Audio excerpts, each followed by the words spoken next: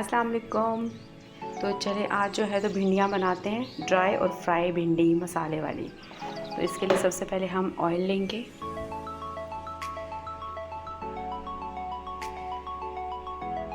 Half cup oil है। इसमें हम डालेंगे थोड़ा सा ज़ीरा,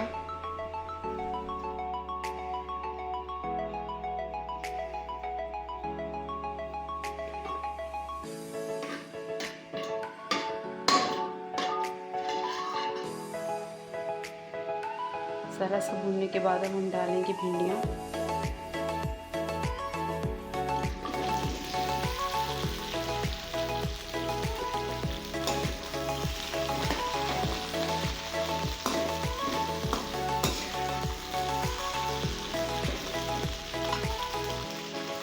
इसमें ये मसाला जात जो है ज़ीरा, खुश्क धनिया, हल्दी, मिर्च, नमक अपने टेस्ट के हिसाब से ये सारे मसाले हम डाल देंगे।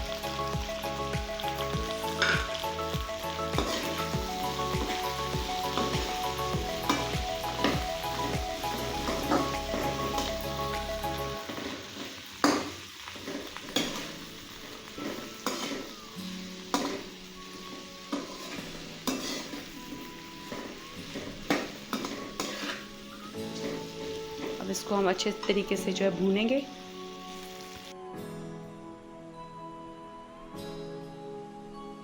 अब हमारी भिंडी ऑलमोस्ट तैयार है। अब इसमें हम सब्ज़ मिर्चें और सब्ज़ धनिया डालेंगे।